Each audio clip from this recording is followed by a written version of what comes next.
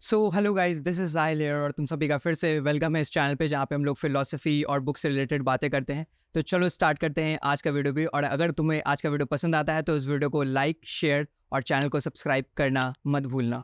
So let's start this video. हम सभी अपनी ज़िंदगी को मीनिंगफुल बनाने में लगे रहते हैं, लेकिन शोपेनहायर अपने ऐसे on the vanity of existence में हमें एक नई रियलिटी से रूबरू करवाते हैं, या फिर कहा जा सकता है कि ज़िंदगी की असलियत दिखाते हैं। जहां शोपेनहायर कहते हैं existence itself is without meaning और पर्पस। मतलब हमारे जिंदगी का कोई इंट्रिंसिक मीनिंग नहीं है। हम जितना भी ट्राई कर लें, हमारी जिंदगी का कोई भी मतलब नहीं बनता है। बस ये एक एंडलेस साइकिल है। अगर हम सभी अपनी जिंदगी में झांके तो हमें पता चलेगा हम सभी खुशी के पीछे भागते रहते हैं, अपने डिजायर्स को फुलफिल करने के पीछे लगे रहते हैं।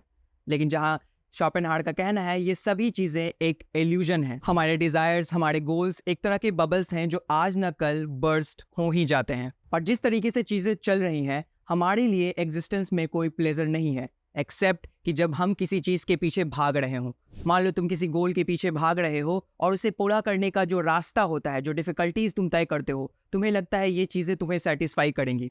बट शोपेनहायर का कहना है ये भी एक इल्यूजन है जो फेड हो जाता है जब हम अपने गोल तक पहुंचते हैं, क्योंकि फिर हमें रियलाइज होता है कि हमारे सामने एक नया गोल, एक नया डिजायर आके खड़ा है। और अगर इसे शोपेनहायर के शब्दों में कहें तो उन्होंने कुछ ये कहा है, every satisfaction we obtain is merely the standing point for the new desire. और यही हमें एक एंडलेस लूप में भी फंसा जाता है। और जैसा कि सर प्लेटो ने भी इसे काफी खूबसूरत तरीके से लिखा है, that we are in a continual becoming and never being. जहां शोपेनहायर वैनिटी ऑफ एग्जिस्टेंस को जस्टिफाई करते हुए लिखते हैं कि that human life is some kind of mistake is sufficiently proved by the simple observation that man is the compound of needs which are hard to satisfy, that their satisfaction achieves nothing but a painless condition in which he is only given to boredom. And that boredom is the direct proof that existence in itself is valueless, for boredom is nothing other than the sensation of the emptiness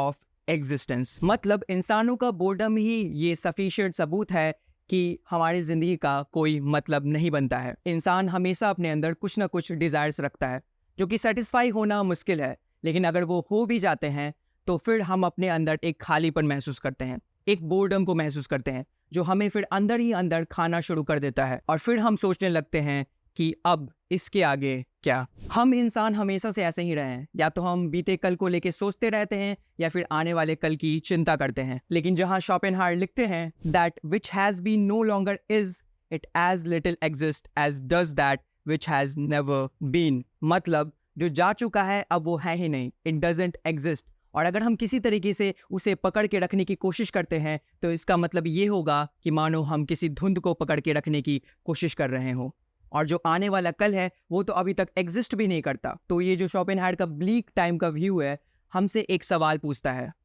आखिर हमारे पास फिर बचा क्या? अगर past exist नहीं करता और वो बस एक फेडिंग मेमोरी है और आने वाला कल अनसर्टेन है, वो अभी तक एग्जिस्ट किया ही नहीं है, तो आखिर हमारे पास है क्या? वेल, शोपेनहायर का आंसर है, our existence has no foundation on which to rest except the transient present. मतलब शोपेनहायर का कहना है अभी, right now, this very moment, यही प्रेजेंट को तुम सिर्फ ओन कर सकते हो, यही प्रेजेंट तुम्हारे हाथों में है जिसको तुम जी सकते हो। वेल, ये सुनने के बाद थोड़ी सी पॉजिटिविटी फील होती है ना? बट वेट, हम लोग पॉजिटिव कैसे हो सकते हैं? Well, after all we are talking about a pessimistic philosopher, जहाँ पे आगे शोपेनहायर ऐड करते हैं कि ये सोच कर कि तुम्हारे पास प्रेजेंट है, तुम ये थ्योरी डेवलप कर लो कि यही तुम्हारा ग्रेटेस्ट विजडम है। आज में जीना और उसी इंजॉयमेंट को अपने लाइफ का गोल बना लेना, ये मोड ऑफ लाइफ भी एक मूर्खता होगी, क्योंकि ये जो प्रेजेंट मोमेंट है ये भी कुछ मोमेंट में एग्जिस्ट नहीं करेगा, गायब हो जाएगा और बस एक सपना बनकर रह जाएगा। तो क्या इसके पीछे इतना सीरियस एफर्ट्स लगाना वर्थ इट है? Cause every moment of our life belongs to that present only for a moment, then it belong to the past। जहां मैं एंड में ऐड करना चाहूंगा फ्रॉम द एसे, शोपेनहायर लिखते हैं कि we shall do best to think of life as a process of disillusionment। मतलब हम जैसे जैसे अपनी जिंदगी को तय करते हैं, बचपन से जवानी, जवानी से बुढ़ापा और बुढ़ापे से मृत्यु, हमें रियलाइज होता है, हम डिसइल्यूजन होते हैं कि हमारी जिंदगी का अंत में कोई भी मतलब नहीं है, और हमें अस्तित्व की निरर्थकता और अर्थहीनता पता चलती है। वेल, शोपेनहावर का ये ऐसे काफ़ी डरावना है।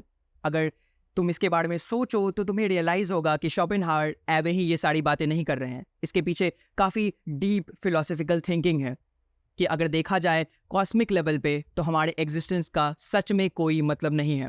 हम इस वास्ट यूनिवर्स के लिए मैटर तक नहीं करते हैं। हम लोग बस एक एंडलेस स्ट्राइव में हैं, ये कोशिश करते रहते हैं कि हमारे इस लाइफ का कुछ मीनिंग निकल जाए। Human are always trying to do things for their own sake कि भाई कुछ मीनिंग डेवलप हो जाए।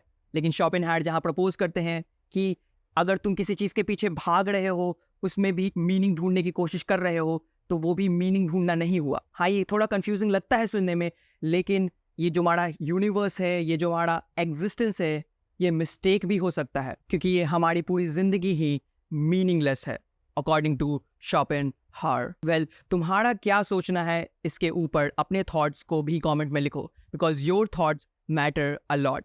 वेल, और अगर ये वीडियो पसंद आया होगा तो प्लीज़ गाइज इस चैनल को शेयर करो जितना हो सके और सब्सक्राइब करके जरूर जाना। वेल, मिलता हो तब तक के लिए तुमसे नेक्स्ट वीडियो में। Be curious and thanks for watching.